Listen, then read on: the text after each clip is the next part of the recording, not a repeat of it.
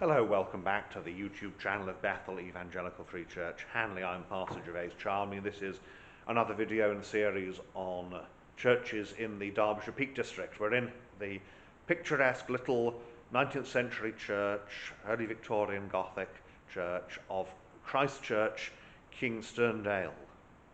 It was opened for worship in 1847, and much of the interior is as it would have been originally. Stained glass windows have been added. In fact, almost all the windows are stained glass here.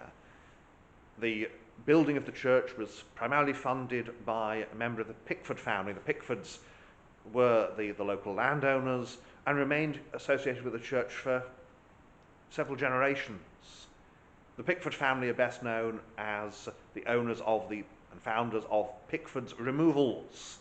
So if you're moving house, you might find that Pickford's is the company that you do it with. I know that many years ago when my parents moved house when I was little, Pickfords were the company that my parents used to move house. So it's a family name, Pickfords. It's a well-known firm in this country. Well, as we have a look around, we shall see some of the beauties of this building and some of the features of this basically early English style Victorian building. You can see, incidentally, it's not a very tall building, and that's very helpful here in the Peak District because it gets very cold in the winter. We've just had the first really heavy frost of this winter when I'm recording this, and it's just the middle of November, 22nd. So it gets chilly here, and for the Victorians, heating was really a matter of bit of central heating, coke-fired, central heating boiler, and you didn't want all your heat to just disappear up into the ceiling in a little place like this. So let's have a look around and explore this little building. Well, here we are at the back, and as I said, this is a building that's very much all of a piece. It's a building that dates from the 1840s, opened 1847, and the furnishings very much reflect this. There has been, of course, work done on it since, although the pews are original.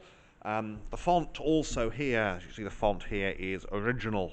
It's a nice, big example. Nice, of course, it's all local stone because there's plenty of quarries in this country, so in this part of the country. So why not? As we back up here, have a look at the organ. So we're at the back here, a little organ. Single manual with pedal board, it looks like. Some of the actual pipes visible at the front. You can certainly see those two great big ones there, but most of the pipes there at the front, of course, are dummies. The real pipes are hidden behind. As I say, we have stained glass windows. Some of it's a little bit the worse for wear with the climate up here. Here we have, behind this little tree here, we have the Ascension, with the disciples praying and the Lord Jesus ascending. I've got the sun coming right through that window, so I'm not sure how visible it will be.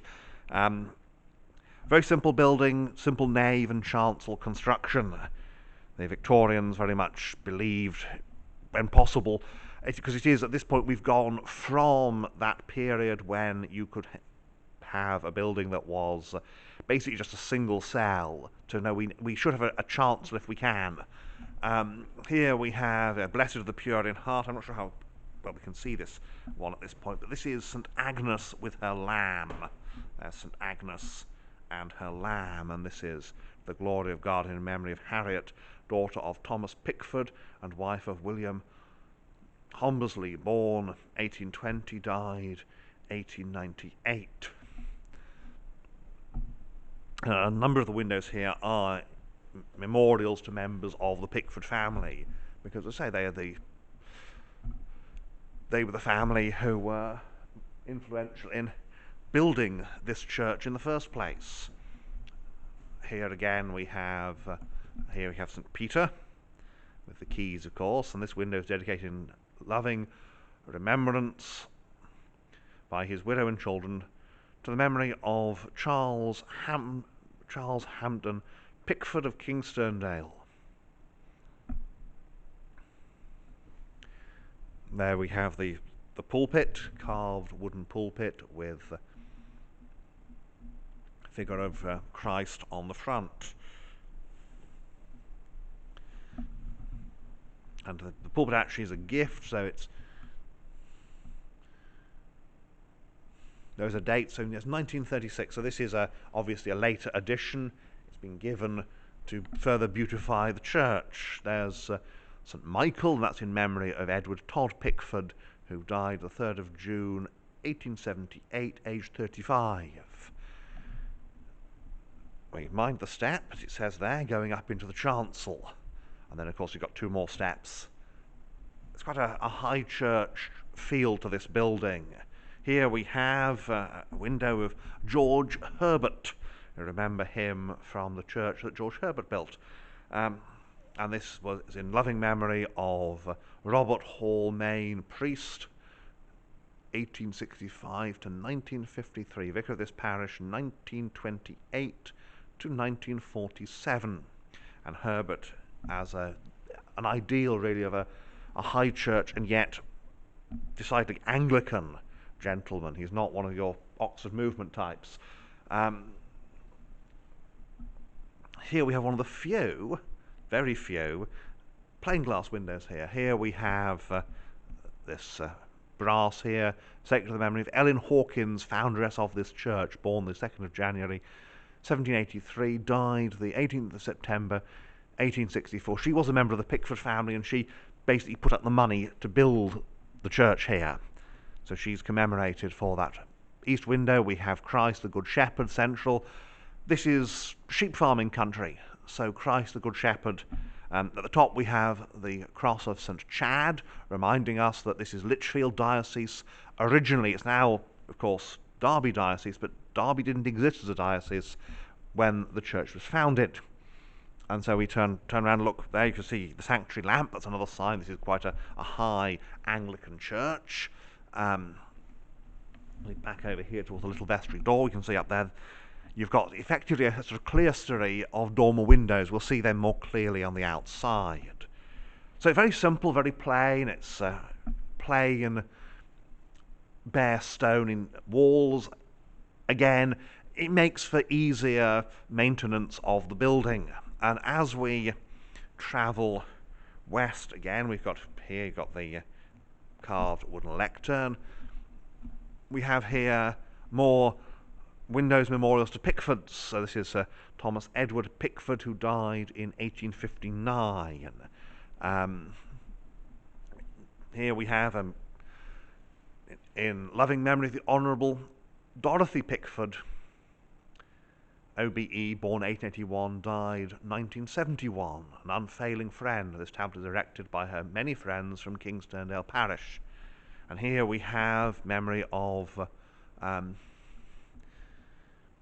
William Lord Sterndale, Master of the Rolls, 1919 to 1923, younger son of Thomas Edward Pickford.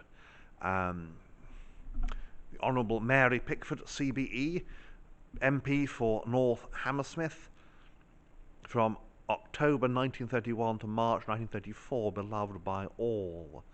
This tablet was erected by the Women's Branch and Young Britons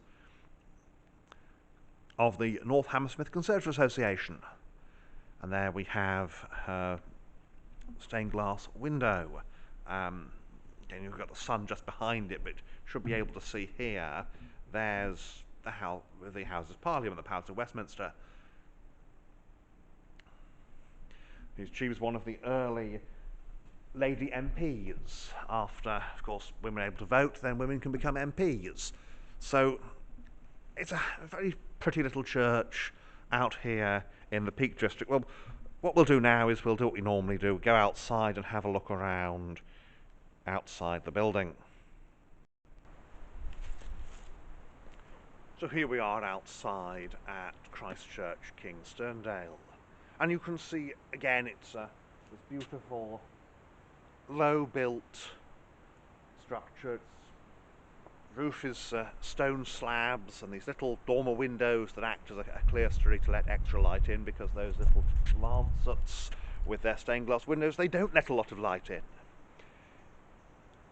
It's an example where the Victorians, rather than building something grand, have said, actually, what do we need? What actually will serve the parish? And the answer is, this will serve the parish best, and it has, of course, now for so many years. Well, let's have a look around the outside. I'll point out some of the more notable features. So Christ Church, King Sterndale, you can see there's this little bell cot at the west end here. You've got your two little dormers, you've got your nice big church porch. Of course, porch for a Victorian church is just somewhere to shelter from the coals you get in. One of the things it does is it keeps the interior relatively warm. I say relatively because in this part of the world it's not going to get very warm at all in the winter. I mean, say it's second half of November now, and it's very cold here. So there we have the building from about as far as I can get in the churchyard on the west, on the southwest side. South side gets the sun, and it's a very beautiful building, a little bit of ivy growing up there, nice churchyard around it, and all these old moss and lichen grown gravestones. You can see there's looking over towards Buxton now, and you see the sheep in the fields where sheep may safely graze. It's all very pastoral and very lovely. It's another church that there's a lot of these churches up in the moorlands and in the peaks that are very pretty little buildings. Here we are to see the bit of surviving frost here. So this is the north west corner of the churchyard, and there's the church. You can see your dormer window clerestory, the lancets of the nave. That's the full view of the church. I expect that the northeast view will have the sun in our eyes, or straighten the camera lens for you, but little churchyard. So nothing here dates back before the 1840s. There's no church here before the 1840s. It's a new parish, it's a new build. So the church can be built where the Pickfords want it, can be built where the parish felt it's needed. And as with many of these, there was a school next to it. There isn't anymore. The parish is too small to support its own school these days. Rural depopulation, of course. But there we are. There's the church, looking down from this corner of the graveyard. Very picturesque and very lovely. And there we have some of the Pickford graves. You can see these very high status graves. At the east end is the high status. You can just see there's the skull. The east end is the high status location for burials. So clergy, as here we have, you see Charles Hampden Pickford, Alfred Donald Pickford, Knight, Overseas Commissioner for Scouts. These Pickford memorials grown with moss, and very much emphasises the importance of the family to the parish. And that importance isn't simply a matter of, oh, we're important so you don't matter. It's we're important so we have to care. Noblesse oblige. So they're the vestries are here on the south side. Little low vestry there. And the whole thing is this very low built little church, although, as I say, ecclesiastically quite high. So there we are, that's Christ Church, King Sterndale. Just say a few words to camera and then we'll close. Well, so there we are, Christ Church, King Sterndale, a little Victorian estate church in many ways, up here in the Peak District near Buxton. It's a lovely place to go. Here, of course, autumn is very much in full swing, making itself felt with the frost, and you can probably see the condensation from my mouth as I speak now. And here in the peaks we have these scattering little churches. There's medieval buildings, there's Victorian buildings, there's all sorts. And again, we're reminded of that heritage, that Christian heritage of worship there is here that goes back over 1,000 years really to the very earliest churches that were founded here. Buildings that disappeared, buildings however that have left a legacy, but also people in the 19th century concerned for the spiritual welfare of the people living here, and we should still be concerned for the spiritual welfare of people living in all parts of this country. Well, thank you for watching. I hope you enjoyed this. I enjoy making this even though it's very cold out here at the moment. But thank you for watching, and may God bless you and keep you.